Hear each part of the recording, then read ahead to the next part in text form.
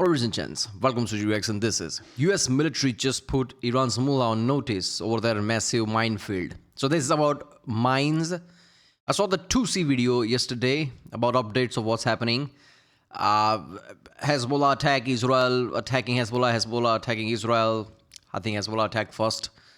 So all that happened. I'm pretty sure I read the news that deal is on hold right now from Washington. So from America, the news is that deal is on hold. That made sense.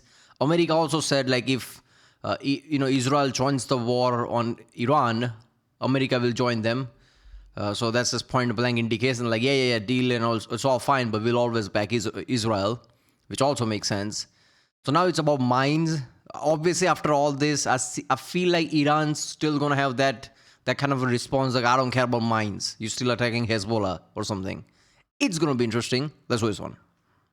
Politicians on both sides, the US, Iran, have signed the Memorandum of Understanding. The cameras have rolled. President Trump posted ships of the world start your engines, but somewhere above the Strait of Hormuz, an F-16 Block 52 pilot checked his fuel state, tightened his mask, and kept flying his combat air patrol. This photo right here was recently posted by CENTCOM, a combat air patrol near the Persian Gulf over the Strait of Hormuz, just trusting but verifying that Iran's actually going to adhere to keeping the Strait of Hormuz open. Also, the massive demining operation is something that nobody talks about. Nobody really hinted at the mines until Look, man, Iran literally launched attack on cargo ships after Trump tweeted out that, yeah, you can just go through Strait of Hormuz now. After Trump said that, Iran literally attacked ships in the Strait of Hormuz. So, like, I don't know about any of this, man. This is just weird to me, right? Like I said, I try to stay unbiased. I'm not just going to be pro one side. If something stands out to me, I'm going to call it out. And this is one of those things. Yeah, Trump tweets out, or, what is it called? Tweet out, or what, on his Twitter-like platform, whatever. He says, like, yeah, it's open. But it's not really open, is it? Because Iran still doesn't adhere to that. Recently, but right now, today, the most strategically important 21 miles of ocean on the planet is still laced with Iranian naval mines. Sadaf mines, Maham mines, influence mines that sit on the seabed and detonate when they sense the magnetic signature of a ship passing overhead. Up to 1,000 of them have been said to have been laid since March, maybe even numbers approaching 3,000. The main central shipping channel is essentially closed for the demining operation, but there's pathways on either side. The southern route near Oman is where the US is helping ships get through, and it looks like there's a northern route as well that takes any ship captains that are feeling a little bit lucky up near the coast of Iran. 160 tankers are trapped right now inside the Persian Gulf, waiting to move, waiting for their turn to go through the tighter entry and exit points. 20% of the world's daily oil supply held hostage not by Iranian rhetoric, not by IRGC speedboats anymore, but by objects the size of a washing machine sitting silently on the ocean floor. And the US military is going in to get them. So today, we're going to break down the most complex, most dangerous, and least covered military operation happening anywhere on Earth right now, the mine clearance of the Strait of Hormuz. We're going to walk through every platform involved, all the way up to the airspace with the F-16. Okay, so is official now. America's trying to clear mines. But isn't that a bit of a risky? Because Iran doesn't really listen all the time. Like I said, Iran literally attacks ships in the Strait of Hormuz. What if Iran suddenly launches drones while you're inside trying to clear mines? Block 50 or Block 52 flying combat overwatch, as well as those F-16 CJs that are there to just make sure that Iran doesn't turn on any of their radars or get a little bit handsy with some of their rockets or surface-to-air missiles, because the P-8 Poseidon is likely going to be the heart of the show, painting the threat picture from altitude, looking for any floating sea mines, and using other types of sniffing equipment to just trust but verify that Iran's not doing anything wild with their nuclear program. And then, yeah, I mean, F-16s obviously, but also put A-10s there. If you put that, like, yeah, you can clear mines. After that, even if Iran launches something, you can take it down.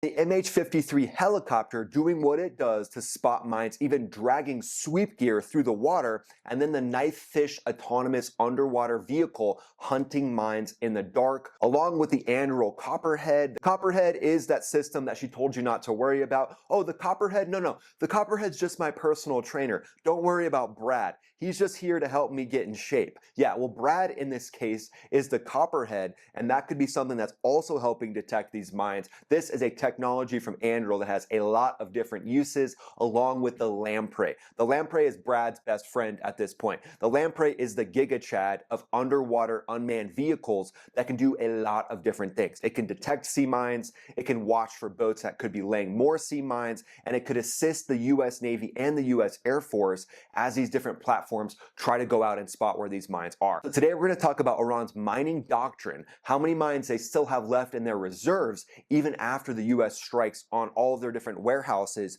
We've seen the different target imagery of where they hide their ballistic missiles, where they hide their Shahed drones. They're also likely hiding those sea mines in places just like that, mountain bunkers where these things are secured. So could these things be brought out again if the conflict kicks back off?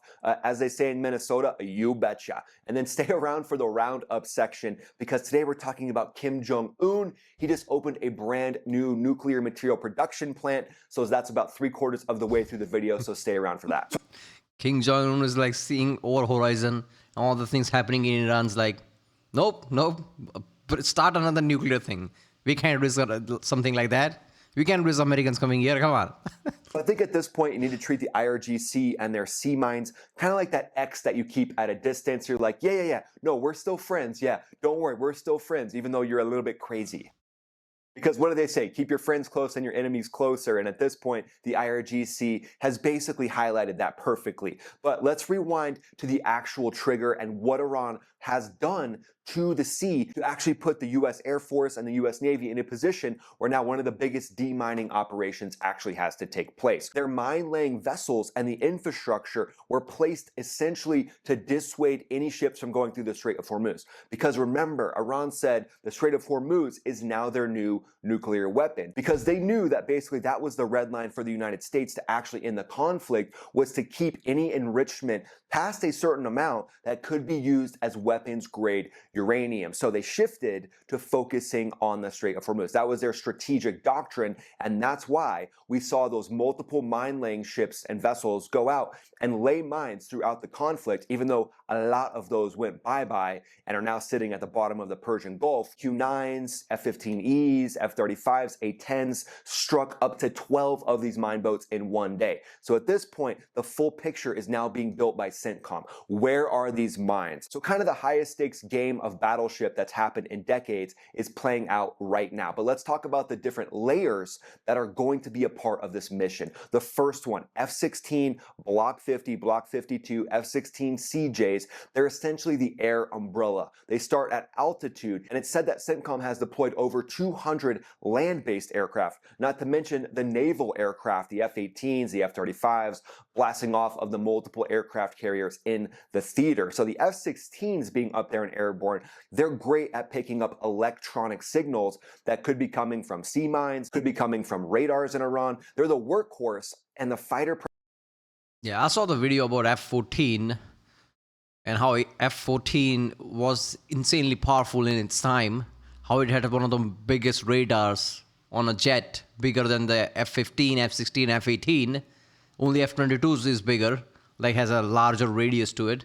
The point behind that was that it can protect the aircraft carrier even at 100 miles, 100 nautical miles radius, because it had a missile that can go at 100 nautical miles, even back in 1970s. So yeah, obviously, like America has always had capabilities like that for like what, 5 decades now. You can't even come close to me. That's the mentality. 100 nautical miles is a big radius. If just one jet can flex like that, not to mention every other system, yeah, that's some next level thing. Obviously, they went with F-18 because they didn't need it. They didn't need something like F-14. I mean, F-18 is much better than F-14 in a lot of places, but it's kind of like handicapped in certain like radars and other places because they don't need it, because the Aegis is there and many other interceptors are there. But yeah, someday you could have something like F-14 and next generation of that. which is I think how it's gonna be with the 6th generation plane. It's probably gonna have bigger radar like that, like the F-47 would have it, right? So it would be like like F-14 with more modern tech with a bigger range. But yeah, presence in the theater. These things are built to do this exact mission, to sniff out any radars. So my sponsor, Cloaked, dared me to drop some of my personal info into their site and see how exposed I really am. And what I found was wild. Personal info out yeah. But go to original video page link from that support this channel. Today with the link in the description. So if the IRGC decides to test the deal and test the memorandum of understanding by lighting up an air defense system during the mine clearing window, this F-15CJ, this aircraft that is likely airborne right now as we speak, will basically put that radar... What do you mean test memorandum of understanding? Then we don't have memorandum of understanding. We don't have understanding if they test it. I don't get this, man. What world are we living in? Those words don't mean anything. Do statements means nothing. Oh, we are under ceasefire and they are firing, so you didn't cease fire. Who's under ceasefire? Now with memorandum of understanding, if they still attack, what understanding do we have again? I don't understand none of this, man. This is weird, very weird. Site out of business before the operator finishes their tea or coffee. I'm not sure what they drink in Iran. But the Combat Air Patrol, it's tea? Not ceremonial. Oh. It's the enforcement mechanism that makes the minesweepers' jobs possible. And you team up that F-16 with F-35s, A-10s, just being up there trusting but verifying. Because remember, the fracture of leadership in Iran is real. So even if one of these generals in the IRGC Navy decides that he's going to go rogue and launches a missile at a P-8 Poseidon, that could be a massive disaster, and the U.S. just can't tolerate that happening. So the medium altitude, speaking of the P-8 Poseidon, it's doing something that we probably haven't talked enough about how important this thing is. The P-8 is publicly known as a submarine hunter, but it's basically operationally a flying sensor truck. And in the Strait of Hormuz context, it's doing 3 jobs simultaneously. First, surface surveillance, detecting mine-laying patterns, IRGC small boat movements, to just keep track of where all these boats... Yeah, it's like saying this is an anti-tank rifle. It can't hurt human. No, wait a minute. Humans are softer than tank, so it can definitely hunt humans. So yeah, it's for submarine, but anything underwater, it would work. Boats are now basically congregating where they're being stored, because those boats, if the conflict kicks back off, could become the threats to the minesweepers themselves. And the second is magnetic anomaly detection. Yeah, MAD, using its MAD boom to identify metallic objects on the seabed, all the way into the seabed, and cue the underwater systems toward potential mine locations. Third, threat queuing. The P-8's Link 16 data link feeds targeting data to F-16s. P-8 can also send that information to advanced drones underneath the sea that are all a part of the Aegis system, and they're all talking to each other. The P-8 has actually been tracked on Flight Radar 24, orbiting near Bandar Abbas and Kashim Island continuously. This isn't routine surveillance, this is a persistent intelligence operation, painting the threat picture 24 hours a day, so the minesweepers below have the best possible information about what's in the water around them and what the threats really are. And then layer 3, obviously, the surface ships. The USS Chief, the USS Pioneer, they're out there doing the job. Avenger-class mine countermeasure ships in the United States Navy. And they're the most important vessels in the fleet right now as we speak.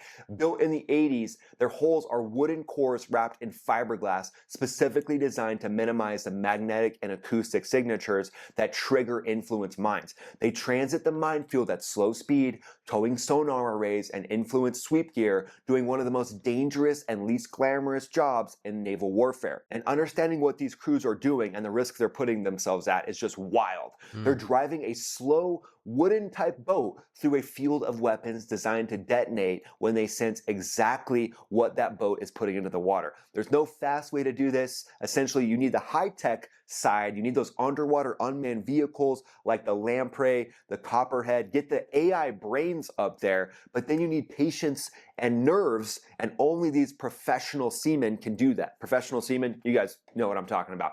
But if they get the sweep pattern, this is a dangerous job, man, because even if you trigger one mine, that one mine could trigger another mine if they are like cluster dropped like that. If every mine is very close together, it could be like one big field of mine that would explode at once. I mean, that would be stupid to, lay mines like that. But how do you not know IRGC people who just went out there in a hurry and throw everything around didn't do that? So when these boats basically try to trigger those mines, thinking like, yeah, the rope is long enough, so if that triggers the mine, it's not really going to hurt me. But what if they are more clustered together and it's a big boom? That would hurt the boat. That is a massive risk, man. Right? This is just like that Hurt Locker movie type thing, like trying to defuse bomb with an entire system. That's dangerous. This is also dangerous. Trying to like deal with bombs is always going to be life threatening. Pattern wrong, the mine doesn't really care about the memorandum of understanding at this point, and the mine just goes boom. And then from the air, the MH-53E Sea Dragon, that's the heaviest helicopter in the US military inventory. It drags airborne influence sweep gear across the water surface, generating magnetic and acoustic signatures that mimic a ship passing overhead, and they can trigger mines to detonate safely beneath it. The MH-60S Seahawk carries the ANAES-1 airborne laser mine detection system for floating and near-surface moored mines, plus the ANASQ-235 airborne mine neutralization system, which deploys the Archerfish expendable underwater vehicle to intercept and destroy individual mines on command, just like that. I mean, the system is incredible. These systems clear the upper water columns while the surface ships work the seabed. And then layer 5, you've heard me hint at it before, and it gets me a little bit excited, and that is the tech layer, the Knifefish UUV. Below the surface, this thing is lurking. It's with the lamprey potentially. We don't know for sure if the lamprey and copperhead are in the theater yet, but can we please get these things expedited? Can we please get an order? That's what I've been saying. I'm all for these techs, but come on, that's not operational yet. There's a system that Anduril and Lockheed says like we could have this. It's not like US military said like, yeah, give us 1,000 of that. From the Pentagon directly to the desk of these advanced companies, that would be great. But the Knifefish is an autonomous underwater vehicle roughly the size and shape of a heavyweight torpedo, built by General Dynamics on the Remis platform, carrying a low-frequency broadband sonar array that can detect mines, whether they're floating, moored, resting proud on the seabed, just being those little nefarious mines that they are, or even buried in the sediment.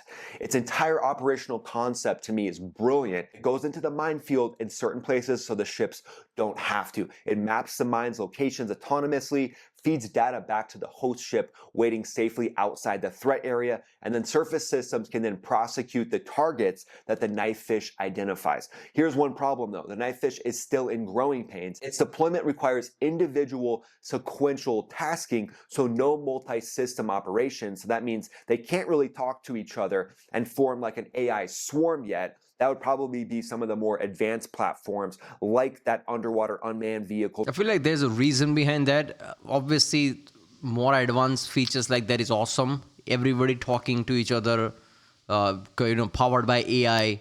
But there are real disadvantages with that one. Sometimes you want a system that works by its own and doesn't talk to anything else.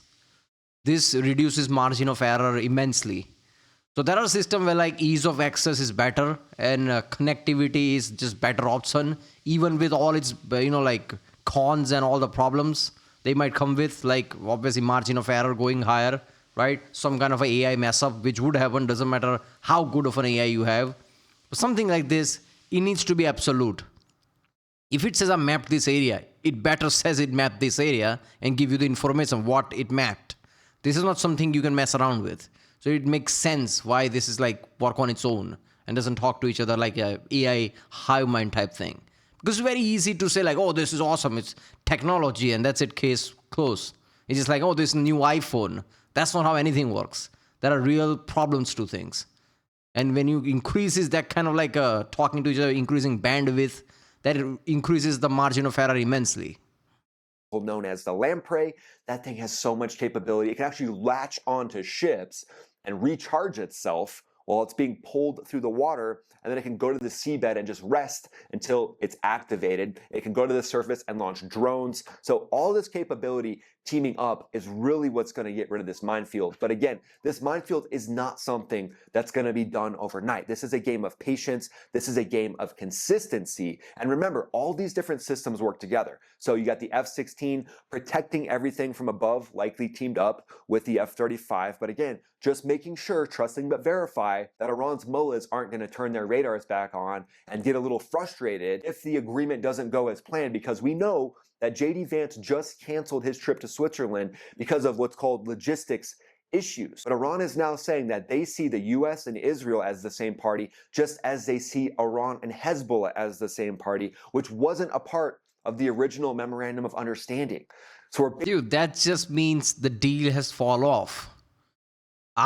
Look, man, I'm the one who wants to be optimistic. Strait of Hormuz closing hurts me more than it hurts you. I want to be optimistic. But come on, man, really?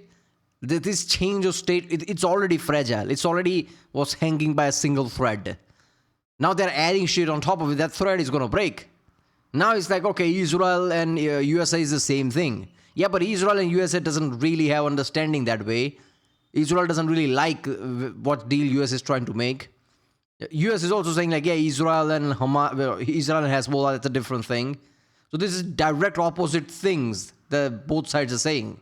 Iran is saying, oh, this is how it's going to be. US is saying, no, it's opposite of how it's going to be. What deal are you going to come with, man?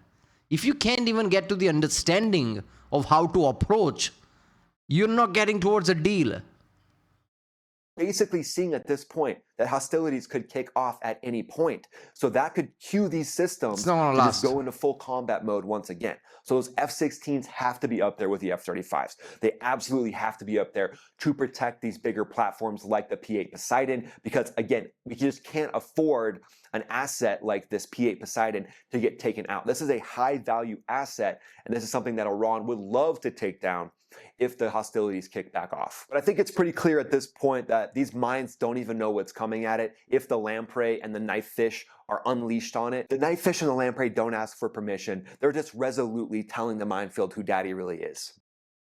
And remember, the IRGC Navy is not a conventional force anymore, at least at this point. They are all focused on proxy warfare. They're out there doing their thing as well. They're restocking their fast attack boats. They're getting their mines ready. They're there doing what they do, the nefarious actions that they do. So they have to be watched and monitored. And that's exactly what the P-8 Poseidon can do, the RQ-4 Global Hawk, other advanced drones, satellites. Just trusting but verifying at this point is the number one thing that is going on with these different strike packages still in the region, still flying these different missions. And that brings us to the global roundup, my friends, because we're focused on the Strait of Hormuz, the minefields, and then meanwhile, Kim Jong Un just opened a new nuclear factory, and he said that he's in charge of everything, and then they wrote it into the Constitution.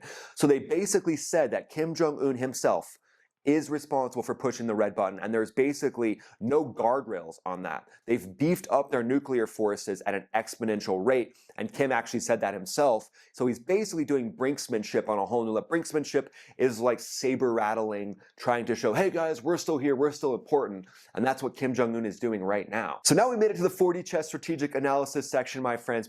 Yeah, so obviously that's symbolic because of G7. It makes sense. Kim Jong-un's sister says that, like, yeah, there is not going to be denuclearization. Again, like I said, because of Iran thing, this is all happening. There you go. It makes sense. Because what's happening in the Strait of Hormuz right now isn't just a clearance operation. This is the single most strategic test of whether the Iran deal really means anything at all. With Majabta Khamenei supposedly in charge, in the background anyways, as the new supreme leader, signed the memorandum of understanding, and that caused fractures throughout all of the leadership right now, especially the hardline IRGC bubbas. I'm pretty sure we can call them IRGC bubbas at this point. Hey, IRGC bubbas, this is your barbecue. We're just cooking. So what do you think happens from here? Do you think we see this minefield fully? I think this is gonna fall apart.